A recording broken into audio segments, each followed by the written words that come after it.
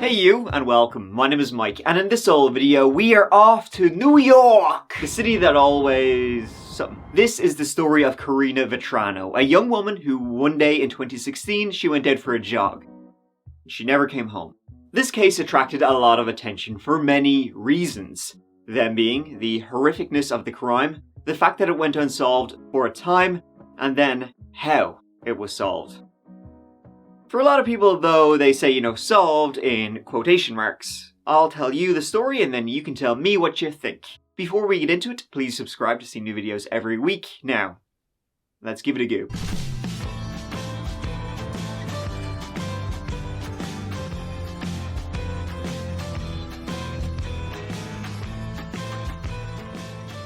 The year was 2016, the place, Queens, New York. South Queens, west of JFK Airport, lies the neighbourhood of Howard Beach, jutting out into the Jamaica Bay Wildlife Refuge. It's as suburban as they come, houses and not much else really. Not many stores or shopping districts, it's low-rise family houses till the neighbourhood ends, with a bay to the south, a parkway to the north, an airport to the east, and to the west, Spring Creek Park, and then on the other side of that creek, you're in Brooklyn. As a family neighborhood, it's a safer part of the city, right? You live there, you work in the city, and then in your spare time there are parks nearby, you can head out for a jog. You're feeling pretty good about yourself. 30-year-old Karina Vetrano was one of those women who went out for a run in her neighborhood park, Spring Creek Park. Now, according to a survey by Adidas, right, because they make them little runners, 92% of women who go out for a jog have reported feeling concerned for their safety, versus 28% of men. That number is especially, of course, during the dark hours. But Karina Vetrano, she went out for a jog in the middle of a summer's late afternoon in a park that was 1 block from her home. The only difference with this jog for Karina was this time she went alone. She usually would go running with her father, but his back was at him. So, at around 5 PM on August 2nd, 2016, Karina went for a run in Spring Creek Park. After 5 PM, she failed to answer her phone or respond to texts. Darkness soon fell in the park that hot August day, but Karina never walked out those gates. Karina Vetrano was born in 1986, a native New Yorker, daughter of Philip and Kathy. Karina grew up with 2 siblings, a brother and a sister, and after receiving a master's in speech pathology, she went on to work with children that had autism in the city. Her dream, though, was to become a writer. She had her own website, Karina V, which she described as a collection of conversations, contradictions, and poetic conflicts. She would write poems, her thoughts on the world of growing up, little vignettes that captured moments in and around the life Karina led. I am a writer, not by choice, but by compulsion. I write my thoughts out, like this, to no one in particular. The majority of my life is on paper, every day, every year, for the past 10 years in a collection of diaries. This is my life, through my eyes, and I invite you to take a peek into my work. It's chaotic and unpredictable, but I do believe that on some days, it's quite beautiful, in all its poetic little tragedies. In her spare time, she loved traveling and running, especially enjoyed getting them steps in. Maybe that's when she did her best writing in her head. Karina was very close with her dad, Philip, a retired FDNY firefighter. They went on road trips together and they would go on evening runs together too. However, as I said, this time Philip just really wasn't up for it. And so Karina, after getting home from work that Tuesday afternoon, she went off for her usual jog by herself. Karina went into Spring Creek Park at around 5 PM, but hours later she still hadn't come out. See, Philip and Karina had been clackety texting as she'd been running, but she had suddenly stopped. He already had his reservations about her going alone, but she was like, it'll be fine. See you in a bit, be right back.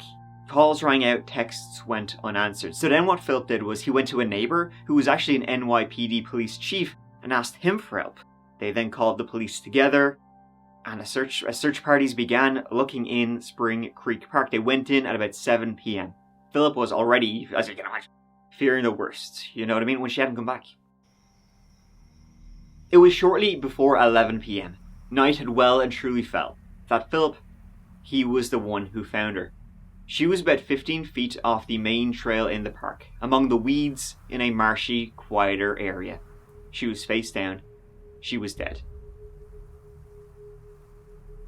In her hands were weeds that she had tried to grab onto as she was dragged off the trail into the marsh. She had bruises on her face. Her front tooth had been chipped. She had been beaten quite badly.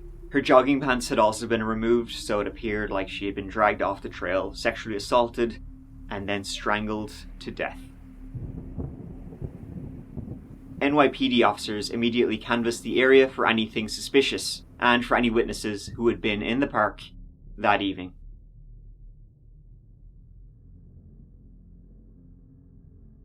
What was especially haunting, right, was that 10 years previous, back in February 2006, there had been an eerily similar discovery in that same park. Emmett St. Gillen, 24 years of age, from Boston, had been studying criminal justice in New York City. On a cold Saturday night in February, Emmett and a friend, they went out in New York City and they hit a couple of bars, from Pioneer to the Falls, before Emmett vanished. Her body was later found in almost the exact same state as Karina was, sexually assaulted and killed, found in Spring Creek Park. That case was soon solved. The second bar Emmett had gone to, the Falls, one of the bouncers there would eventually be charged with first-degree murder, among other charges, and was sentenced to life without parole. It was DNA that had solved that case. This case would be a lot more complicated. DNA was found on her fingernails and on her phone, but entering it into the database yielded no results. So whomever had done this was not one of those repeat offenders, or if they were a repeat offender, they were pretty good at it. Police had also located CCTV, which showed Karina running into the park, but no one was following her. This then led the police to believe that the killer had come in from a different direction. The park overlaps into Brooklyn, so the killer was likely from there. Will say a final goodbye to a woman murdered while jogging in Howard Beach. As Karina Vetrano's family prepares to lay her to rest later today, we're learning police are getting closer to finding her killer. Police are still searching here. This marks their 4th day of investigation. And this morning, for the family and friends of Karina Vetrano, well, they are preparing for her funeral. A steady stream of mourners filled the Ozone Park funeral home, where a 6-hour wake was held for 30-year-old Karina Vetrano, the focus of remembering the bright young woman killed. A fun person, an outgoing person, always laughing, always having a good time. Overshadowed by the horrible way she was taken. I said to the father, I don't know what to say. For the first time in my life, I have nothing to say. As those who love her mourn her loss and try to console Karina's grieving dad, who found his daughter on the marshy Howard Beach jogging trail they often frequented, the NYPD is frantically searching for clues that will lead them to the person who sexually assaulted and strangled her Tuesday evening. Carefully combing the dense area covered in tall weeds where Karina's body was discovered, the NYPD is employing drones and bloodhounds and making steady progress. A reward of $20,000 was offered for information leading to an arrest, and the Vetrano family made sure this hit every single headline. I thank Howard Beach beyond words, every single one of you. And now, look into my eyes, everybody, because I'm going to address the coward. Whoever you are, I'm here to remind you, in case you don't already know, that now it's the whole entire world against you. The whole entire world knows what a pathetic, puny, weak piece of filth that you are. Soon we're going to have a face to the dickless piece of garbage that you are. And above and beyond you all, you know that my daughter was a force to be reckoned with. And I guarantee you, I guarantee you, you motherfucker, that you will be reckoning with that force. Not only for the rest of your pathetic life, but for the rest of eternity as you fucking burn in hell. Yeah, I think most people would agree with what she said. Sounds about right. But, like, where'd you find him? It would end up taking a lot longer than they would have liked. And now, a word from the sponsor of today's video, Aura. Because, speaking of not wanting to be found, when this guy doesn't want to be found, guess what? I use Aura. Who am I hiding from? You don't want to know. You know, keeping yourself safe online. Hot take, I know, right? I'm not afraid to say it. I think it's pretty important. And you know who else thinks it's pretty important? Aura Big Dogs is an app designed to keep you safe online, preventing identity theft. Aura gives you one of them auras of protection against scammers, hackers, by scanning the deep web, the dark web, any kind of web, in all the places your private information can be sold. Aura has a goo around the internet, looks for your private information that has been leaked, scamming, and gives you a heads up if it finds it. And honestly, it probably will. It's happened to me. I've been recommended to change some of my passwords, which I really do need to get around to doing. Also, ever get annoying emails, scammer emails, emails from companies and folk you never heard of? Well, somewhere along the way, nefarious people got your information and sold it onwards. Aura will automatically request removals of your details, and it has a whole host, I'm talking a host, of other features. VPN, real-time alerts of suspicious credit inquiries, malware and virus detection, and password managers. Does it all. Let Aura do the hard work of keeping you safe online, and if you sign up right now using my special link, aura.com/thatchapter, Aura will not only give you a whopping 63% off, they will also give you a 2-week free trial to experience their incredible service for yourself. Try before you buy. You heard right, only for my viewers. Look at you. It's got a hell of a high rating, so you know they will take care of you. Once again, go to aura.com/thatchapter to try out their 2-week free trial. And if you like it, you can get an incredible exclusive discount using my link. Try it today and honestly be horrified by how much of your private information is out there on the internet. But Aura's got your back.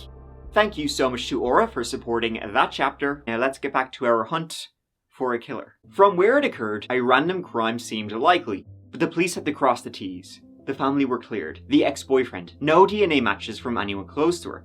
There was a co-worker of Karina's at her part-time gig. Karina, in her spare time, she helped promote this club in Astoria. Apparently this co-worker of Karina's, he was a little, he had a bit too many advances. He could be aggressive, he could be stalkery.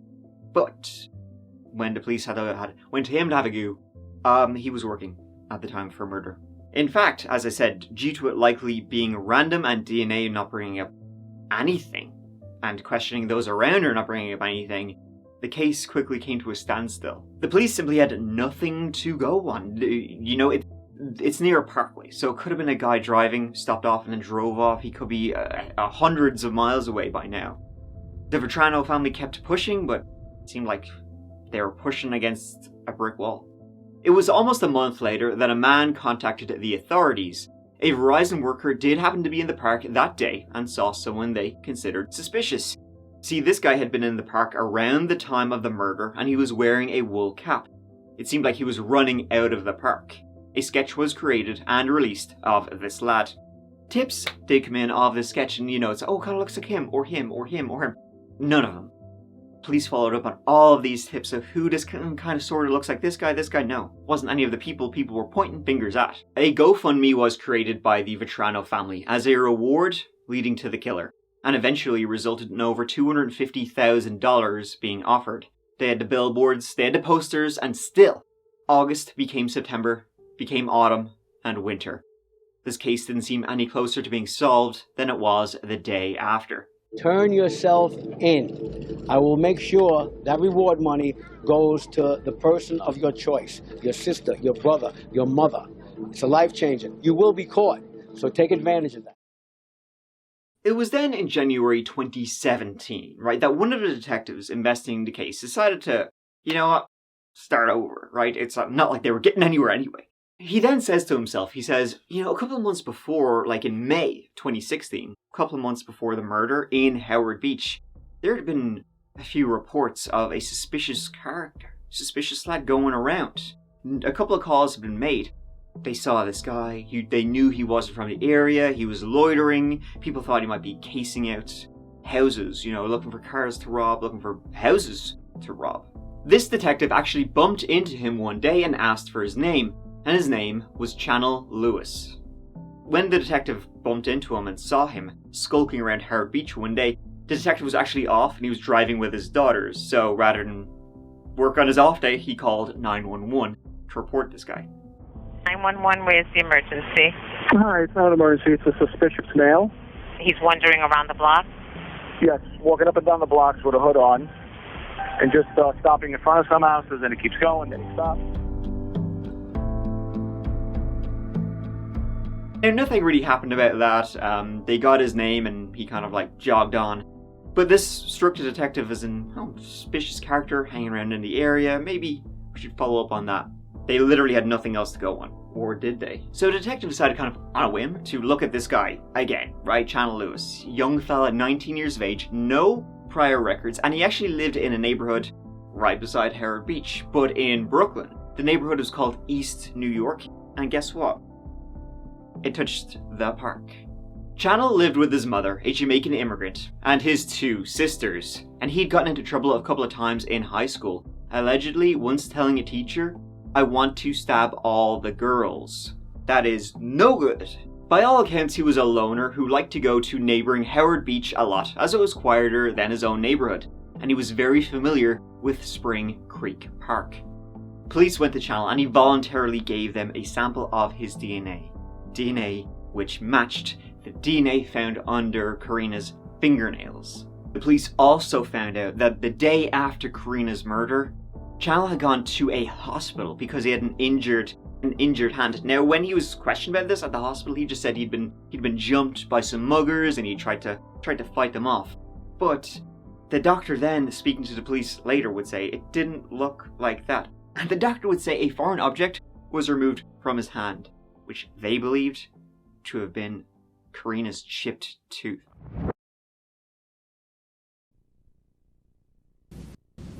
I'm Detective Deal.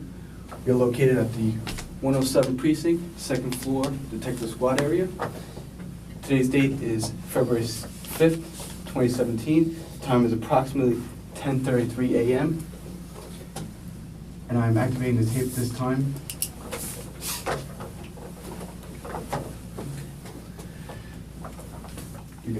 Okay, we're present in the 107th Police Precinct. The date is Sunday, February 5th, 2017, and the time is about 10:33 a.m. My name is Peter McCormick. I'm an Assistant DA in and for the County of Queens. Present in the room with me at this time are Detective Barry Brown, ADA Michael Curtis, Video Technician Joseph Deal, and Chanel Lewis. Okay, all right. Chanel, why don't we start with, I think it was a Tuesday evening on August 2nd, 2016. Do you remember that date and that evening? Mm-hmm. All right. The police interviewed Channel, and he told them that he had, quote, finished her off. Now, while you were in the park, did something happen? Yes. You said as she got next to you, when she got next to you as she was running and you were walking, what happened then? And then, because of a past situation, I got angry and then started hitting her and stuff like that. Okay. Before you did, where did you hit her? Like in the face and like in the mouth. In the face and the mouth. Mm-hmm. Before you hit her, did you grab her or did you just hit her right away? I kind of grabbed her first. Grabbed her? About how many times did you hit her in the face? Around 5. All right. Was she standing when you started to hit her or was she on the ground? She was on the ground. Okay. Was she still moving when you had your hands around her neck? Oh, yeah, and then she dropped into the water. Okay. Well, when you had your hands around the neck, was she on the ground or standing up? She's still on the ground. On the ground. Face up or face down? Face up. All right. And then how did her face go in the water? I was strangling. We were near the water, and then I put her face in the ground. Okay. Okay, the time is... Talking about, I'm sorry. I was talking about something about... What you was talking about with him? Wrestle what? What? Oh, what's that called again? Whisper what? You said it. I said, did you have any friends in the area? You said no, right? No, whisper too. Wait, it was something. Channel Lewis was arrested and charged with Karina's murder. It's a good day, but we can move forward now. Channel's family now, they did not believe he had done it. They believed that the confession was completely coerced. And in fact, Channel Lewis, he did have learning disabilities. That the school he went to was a school for children with learning disabilities. They believed he was being set up. The police were just desperate to close this very high-profile case with a lot of pressure from the media, a lot of pressure from the family. So they bagged and tagged this guy. He's a kind, gentle person, loving person. Yeah, well, I didn't go to her. He will never take another person's life. Teresa Forbes is adamant, saying her brother Chanel Lewis did not kill Karina Vetrano. She believes the police are setting him up. They are framing him for the crime. Channel Lewis went on trial in November 2018. He pleaded not guilty. His defense went with he was coerced into confessing, and also the validity of how his DNA was acquired, allegedly on a hunch, yet others didn't quite agree on that. Some of the things in his confession also didn't match the scene of the crime. Parts of his confession seemed, I don't know, almost scripted, leading questions, strangely worded answers. And where were you at that time? I was in Spring Creek, at the Gateway and Spring Creek Mall. Okay, by Gateway and Spring Creek Mall? Spring Creek Park. Park? Yeah. All right. Were you inside the park? Yeah. Okay. While you were in the park, well, do you remember what you were wearing that day? It was a hoodie, a sweatpants, and a shoes. Okay. And the shoes, were they shoes or sneakers? Sneakers. Okay. Do you remember what color they were, what kind? Okay. For example, he says he drowned Karina, yet her body was not found near water at all. Chanel, after her face is in the water and you pick her up and you drag her into the weeds, does she move at all at that point or make any more noises? No? At what point did she stop moving and making any sounds? Just when she was under the water. He also strangely could not remember what she was wearing that day. The girl that was jogging, was she by herself or with anybody else? By herself. What did she look like? What was she wearing? Well, I was going to say she looked like she was wearing a yellow tank top, maybe. Okay. What kind of pants? I wouldn't really know. Were they long or short? Do you remember? No. Do you remember if they were long pants or short pants? No? Okay. And he says the reason he killed her was because he was angry that day, that some of his neighbors were playing music really loudly. Now, you said that you did this because you had some anger, is that right? Mm-hmm. All right. Can you tell me about that anger? Because, you know, I used to live in a different address than I currently live at now. Right. And then sometimes there's this man that comes around there. He play like loud music and carry a lot of friends around there. I didn't like it because I feel unsafe and uncomfortable. And I like my place private and peaceful. And usually I just... Okay. What place? And the DNA evidence that was found under Karina's fingernails, which matched Channel's, the method used to test that DNA is very controversial. It's not even in use anymore, and the lab that did it, it's an unlicensed lab. It's not even in New York. Yet, on the prosecution side, he had injuries to his hand that matched the injuries. He did confess to it. He knew the area well. He had said things about hurting women previously, and just because the DNA method is controversial doesn't mean it's wrong. Channel's trial ended with a hung jury. They couldn't decide on his guilt. He was, however, retried 5 months later. It was the late afternoon on Tuesday, August 2nd of 2016. It's a summer evening. And a young woman who had worked a full day at her job came home to where she lived with her mother and her father in a small hamlet in the southern part of our county. Inside that preserve, in broad daylight,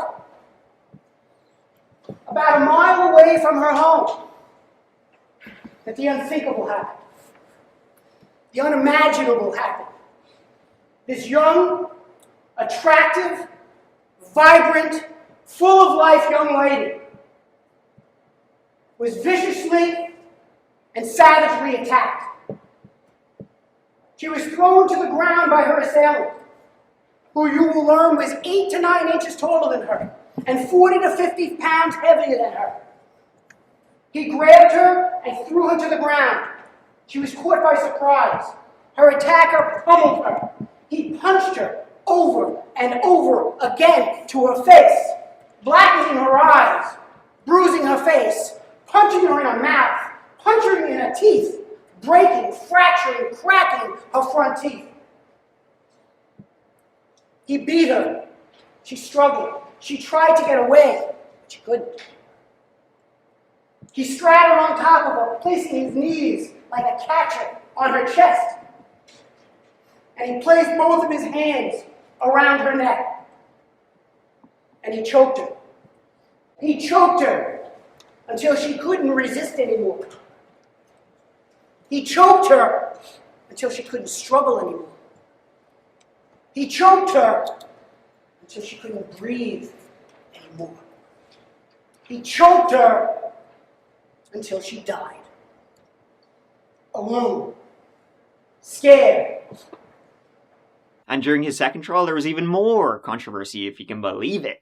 There's been 2 weeks of testimony in the retrial of 22-year-old Chanel Lewis of East New York. And Monday, defense attorneys plan to submit motions seeking a hearing based on an anonymous letter mailed to them and the Queens District Attorney Friday. You see, during the trial, an anonymous little letter was sent in to the Legal Aid Society, who are providing legal aid to Chanel. And it was an anonymous letter believed to have been written by a police officer in the NYPD. And this letter had a lot of things to say about the investigation into Karina Vetrano's murder. 1.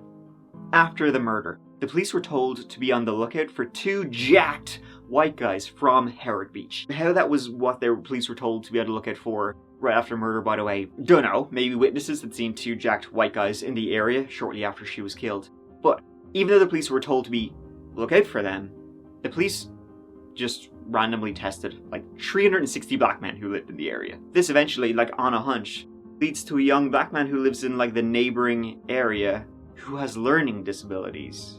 That police were looking for 2 jacked up white guys who were from Howard Beach. The defense claims the anonymous letter demonstrates key evidence had been withheld during the retrial. But during that second trial, a computer CSI technician testified that he had gone through Chanel Lewis's phone and he had found a lot of strange stuff. After the murder, it appeared, Chanel Lewis had been Googling the murder in Spring Creek Park, had saved pictures of the investigation, had been Googling about trials, had been Googling about prosecutors, about what to do if you're arrested, and also for information about the Sacrament of Penance. Interesting things to be Googling if you killed somebody. His cell phone also pinged a cell tower near Spring Creek Park. That was at the very time Karina was killed, so it definitely seems like he was in the area that very day. We, the jury, find the defendant guilty.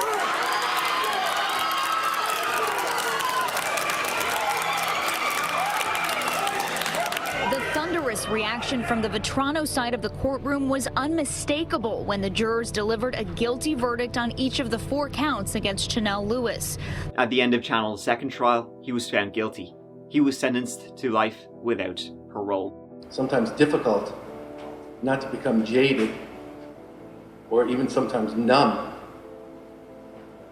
And not only what I see, but what we collectively see on virtually a daily basis.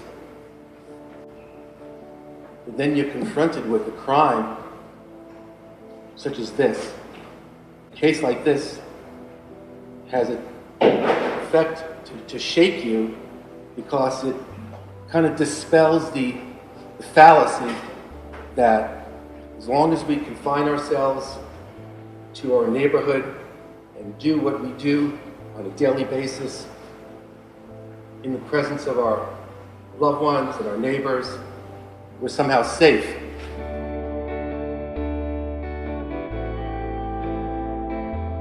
And there you have it. That is the case of Karina Vetrano. And there's still a lot of debate over his guilt, or lack thereof. It's a tough one. And you would kind of hope that he did it, as horrible as that is to say, simply because you don't want to make a tragic case even more tragic by having the wrong person behind bars. You'd hope that they have the right guy.